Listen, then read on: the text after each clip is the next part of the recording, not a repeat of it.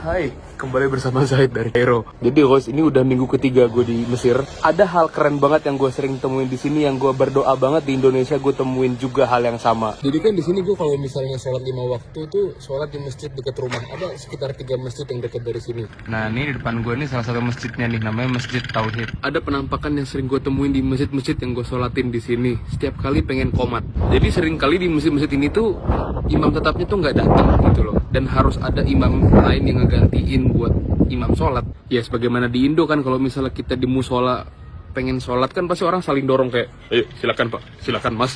Di sini orang Mesir juga kayak gitu, saling nyodorin buat maju. Dan ujung-ujungnya pasti setiap hari itu gue sering nemuin imam yang beda-beda. Kadang orang pulang kantor, kadang orang yang masih pakai baju habis nguli, habis baju-baju orang pembangunan gitu loh. Kadang orang pakai baju training kayak habis main bola. Beda kayak di Indo kan, kalau nggak ada imam kan dicari yang bajunya itu paling mustad, yang gamisan atau yang pakai sorban atau yang pakai peci paling rapih lah. Dianggapnya tuh orang yang pakai baju paling Islam itu paling bagus bacaannya, padahal kan nggak selalu kan. Nah yang bikin gue kaget banget sama orang-orang yang selalu ganti-ganti buat ngimam sholat di masjid-masjid yang gue sholatin ini. Siapapun yang disuruh maju bacaannya bagus semua guys, asli kayak imam Mekah, ada yang kayak imam Madinah, sumpah. Kadang gue masbuk telat sholat kan, gue ngerasa, ini imamnya baru nih, enak banget nih. Taunya orang-orang yang baru pulang kantor disuruh imam.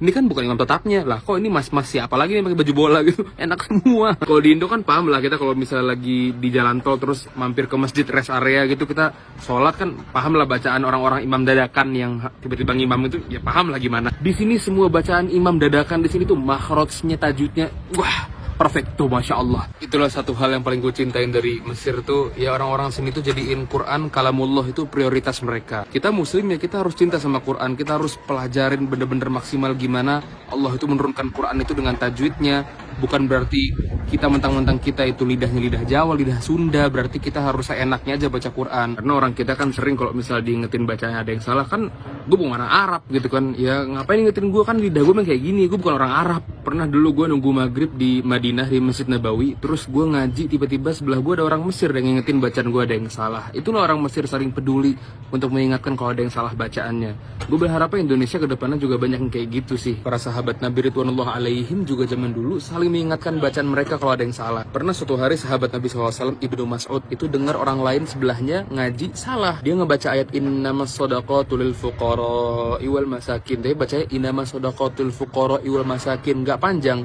Diingetin sama beliau, dulu Nabi SAW tuh membacakannya nggak kayak gitu, kata orang tadi.